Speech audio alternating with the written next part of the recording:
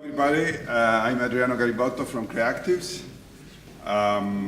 We are here because we provide some services regarding semantic application that are able to manage unstructured information. That seems to be complicated, but at the end of the day, all the description you have in your transactional systems, all the description you have in many fields of every kind of systems are unstructured. And that means that those systems store this kind of information, transfer this kind of information, but they really don't exploit this information. We provide structured information coming from this unstructured, and we will show you how we can provide value from this kind of activity within the Vortal platform. Keep that way. Okay. Okay. We heard today several people talking about big data, and not long ago we realized, all of us, that big data was important, but we didn't know really what to do with it, so we keep storing it. So I took this cartoon because some of us, when the buzzword came up, we didn't know what to do. But okay, let's start it. And the challenge we have, the first challenge is not only the perspective of handling all this data, as Gartner states, it will demand exotic technologies. And that's how I met Adriano and his company, because he has exotic technology that goes beyond handling this information, transforming this data. That is really the challenge that we have here. Putting this data into information, into knowledge, and then with that knowledge, feed all these things that we have been talking about, machine learning and artificial intelligence. So this challenge of the big data and the predictive analytics and the semantics, it's a step before artificial intelligence, but the step closer where we are right now. So then, this is your cue again. Then, what this really means? Okay, we know that we have a vast quantity of data, unstructured data, in all of the systems, and the historical data says to us a lot of things about what we are.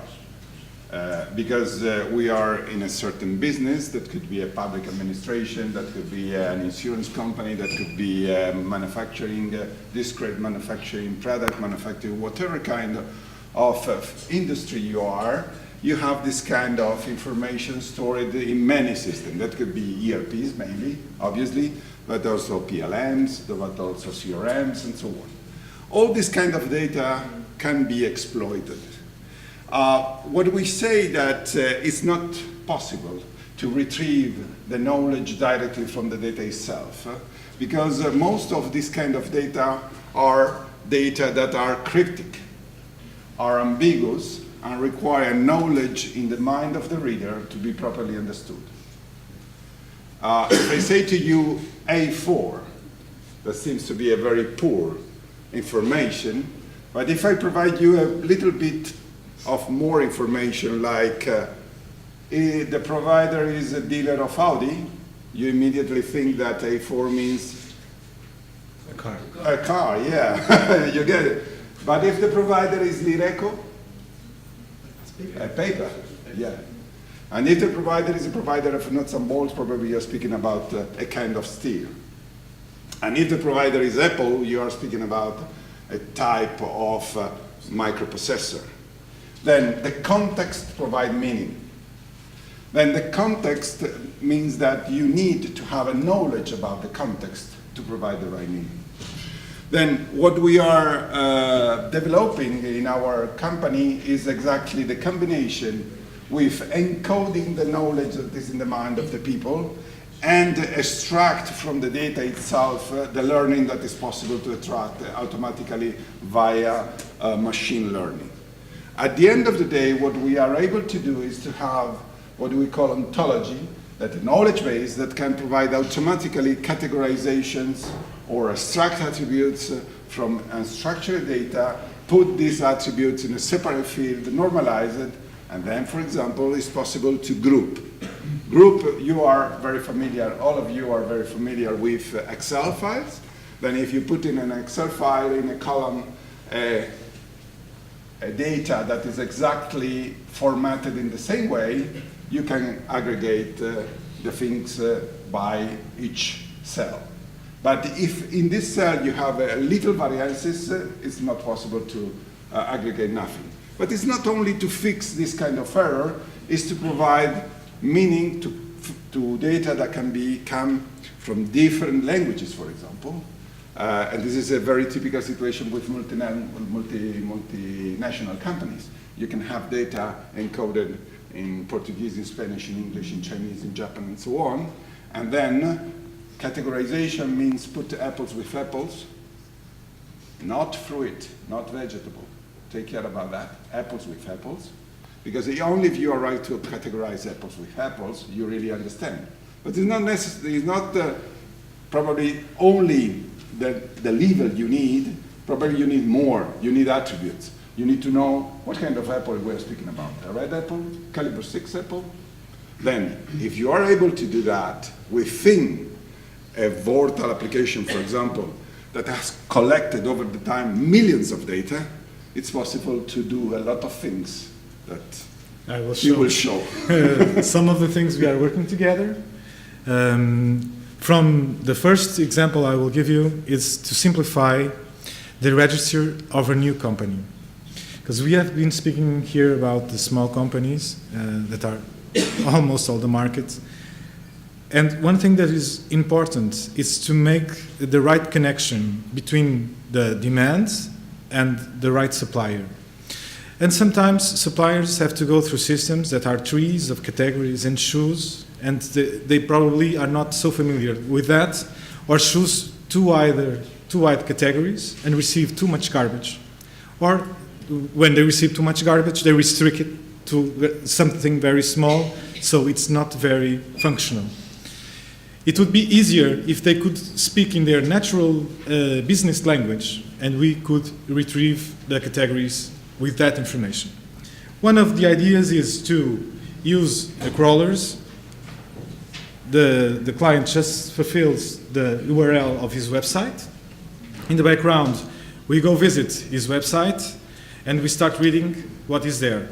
I took the example of aviation, and then enter the separator of aviation, and he starts reading. You see, I don't know if you are seeing the green text that says construction needs for airports, then construction process from pre-construction services through commission, construction management, design, building, and construction. So this will be transformed in categories within a system that we have. That could be UNSPC, or it could be E-Class, or CPV, whatever, effortlessly for the user.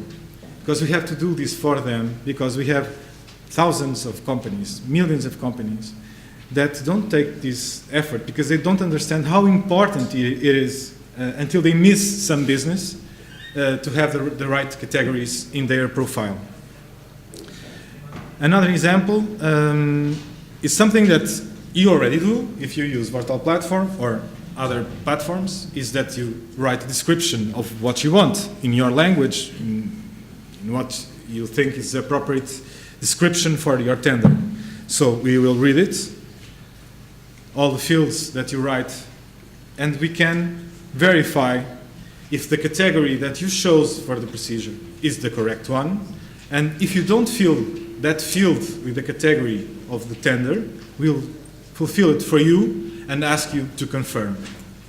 So this is one application more, but this is very generic. It's the procedure itself. We can go much further. We can go to the materials master data and read what you are asking for and assess all the attributes that are associated with the product you are seeking to buy, and group this information. And one thing more is to collect the unitary prices. Because if you group this information, we can also use the information about price over these products. And then another application possible is to read through the documents you have uploaded and find also the information. The importance here is that even for the public, but also for the private sector, is to, when you finish your tender and you are going to publish it and send it to suppliers, you will get a very accurate listing of suppliers that are able to sell you the products you are looking for.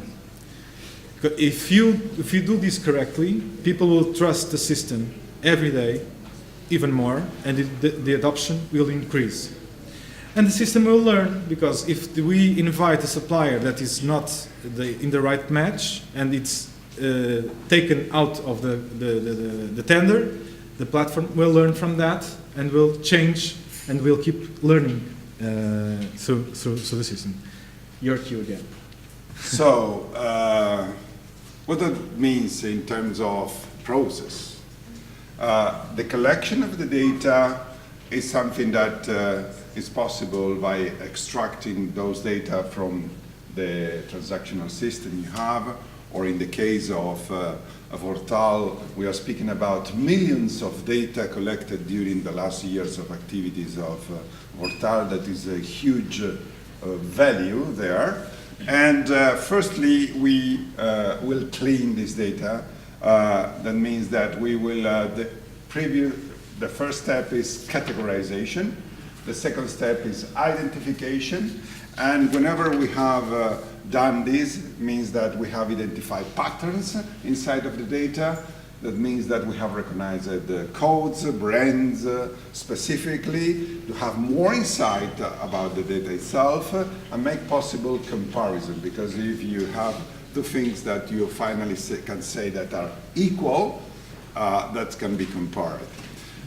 Based on this, it's possible to apply techniques for forecasting, because if you are able to recognize something, to identify something, and you have values, for example, of the prices over the time, you can combine the evolution of the prices with some algorithm that can predict the evolution also of those prices over the time.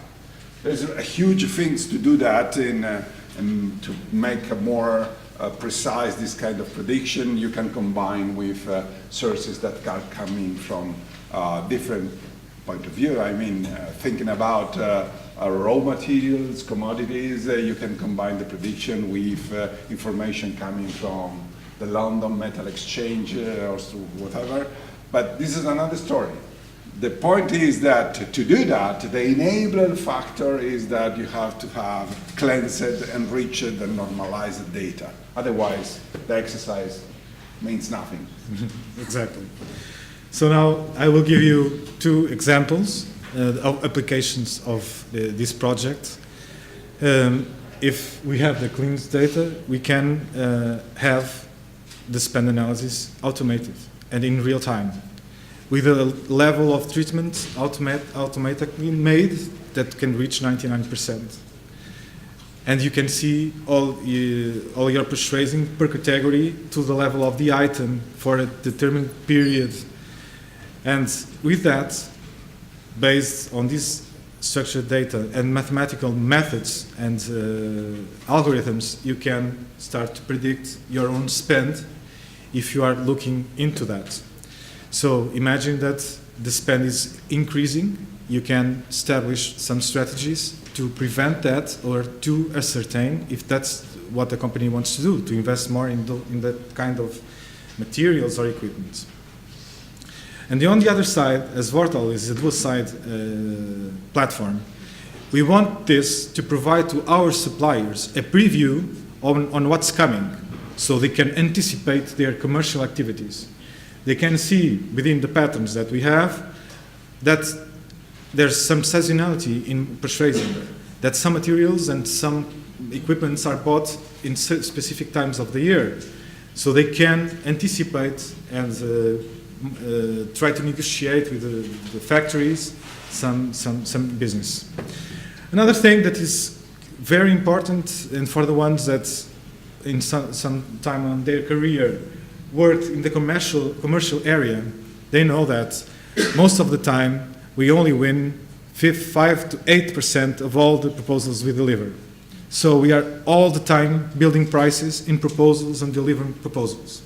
So I will give an example because it's close to me, because here in Vortal, in my first years, I worked in construction for Econstrói, the vertical for construction. And there was a big challenge for studying big projects and having prices in a short time for materials, for services. And suppliers would not collaborate that much because they wanted it to be in the real business. So in the commercial stage, they would do historical prices, they would go to the ERP and see prices they had historically stored. But Vortal has historically stored the prices of everyone. So we can give a benchmark of how the price of a certain material. I brought the example of ready mixed concrete. This is real values. Ready mixed concrete in Spanish is hormigón, in Portuguese tão pronto. And you can see the fluctuation of prices. And even if you don't get proposals from suppliers, you already have an indication on how the price is behaving, with a benchmark with huge amounts of data, not only your data. So that's the big difference, having here a benchmark. And for suppliers, again, the supplier side, they can, in real time, ascertain their competitiveness. Because if the average price being that the material is being sold through Vortal is 52 euros per cubic meter, and I'm selling at 55, I have an issue. So I'm not competitive enough. So I believe, I already told this today, I believe that artificial intelligence will be a tool, important, very important tool. But beyond that, having this critical information that help companies make business decisions, it's then another enabling factor for platforms to differentiate themselves. So that's why we are working with creatives, we are working in these models, we are doing pilots, because we want to deliver more to our clients. I don't know if you want to add any final comments, Adriana? Maybe there are some questions from the... Please. Are you not curious? Hello, my name is Rui. I'm from Portugal. I have a small, medium-sized company working in pharmaceuticals. We are supplying several hospitals in Portugal, and we have started to use Vortal as a platform to sell our offers. Mm-hmm. Successfully, I might say, I might add, thanks God. One of the things, I have several questions, several doubts since starting to use this platform. And one thing that is interesting to know that there are other criteria aside, apart from prices, but it's very complicated, especially when we are entering in a competition where there are huge players, especially in my field of operation, to know that, okay, I have the possibility with this kind of solution that we just saw to understand the level of prices we have to offer to be competitive. Even though we've talked about multi-criteria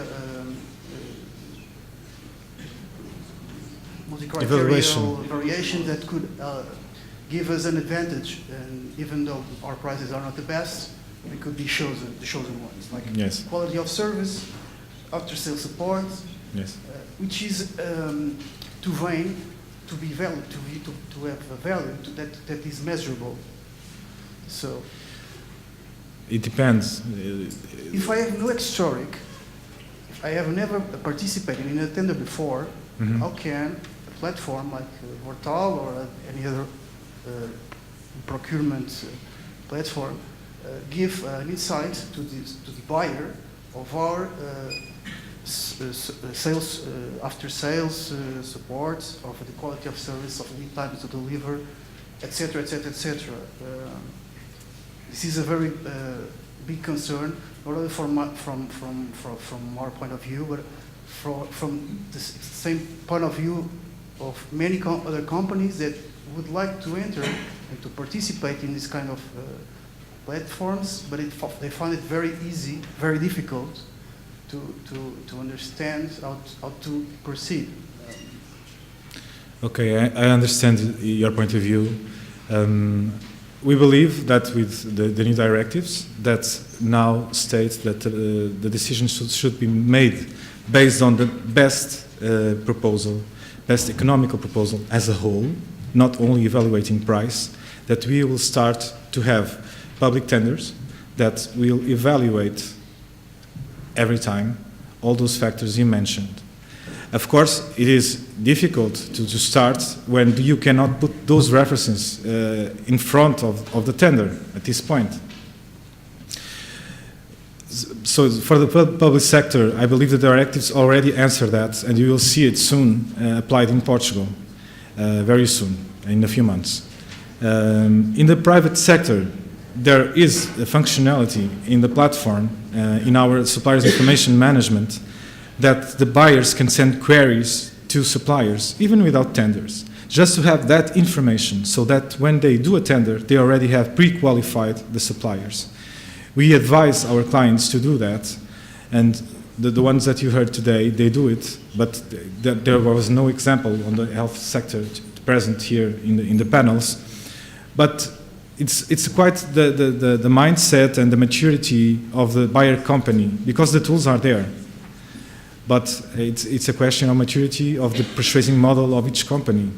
We can advise, you can provide the tools, but we cannot mandate.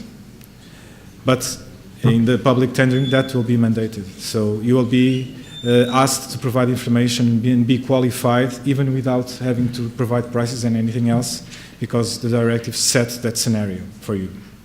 Things will improve in that perspective. Okay. I have another. It's more like an insight I would like to give, because I think it would be very helpful, apart from, can you hear me? Yes. Yeah. Apart from all we have already seen and what's already developed and online, live, it would be very interesting to see this platform, to be very interesting for suppliers like our company, to understand exactly what happens after the tender is closed, the supplier is chosen.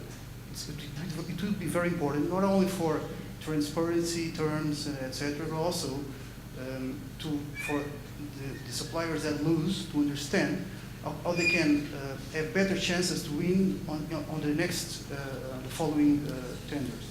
That would be, from my point of view, I don't know if I think it's possible, it would be interesting to see the development of that tender, to understand if the supplier who has won the tender is fulfilling the contract, orders, complying with the contract. Exactly. In terms of quality of service after sales, etc. That should be made available, and that would also give classification to that supplier. Again, I completely agree with you.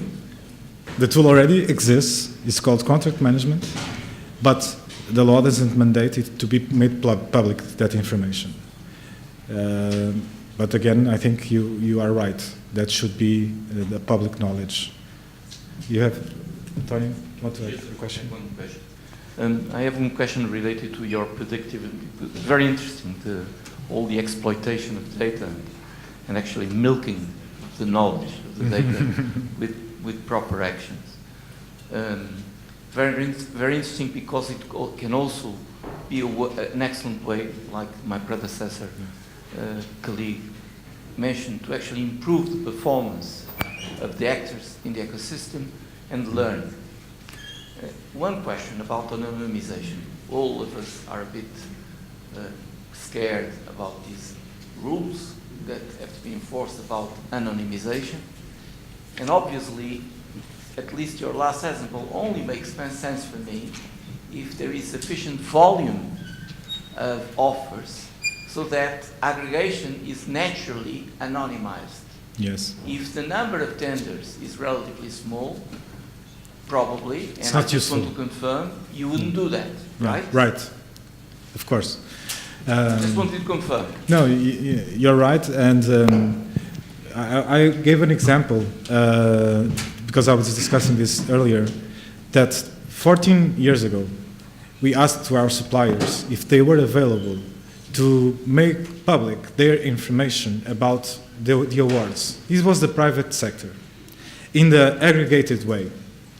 And then we built something that we called business intelligence for Vortal, that would show each month, it was not real time at the time, the top 5 performers in selling for each category and the top 5 clients. It's not individual transactions. If in any moment it would be only one transaction, it would not be there.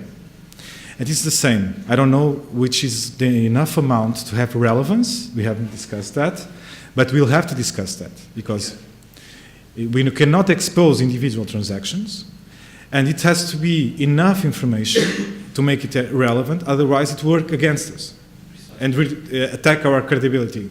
So for some categories, for some time, there will be no information, for sure.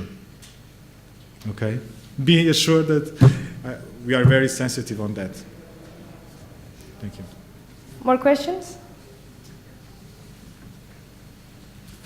Okay, I have a question regarding the last slide. When you have a category with very few suppliers, by Vortal giving such benchmarks, aren't we going to risk the opposite of the intention of Vortal? What I mean is, aren't we risking that 2 companies, 2 suppliers may arrange prices and escalate? It's the same question of Antonio. Yeah. It's not only the transactions, it's the number of suppliers, because otherwise it will come to that. It will come to that. You are thinking right. This is the same. It's the same problem. It's the same problem. Okay. Anything more?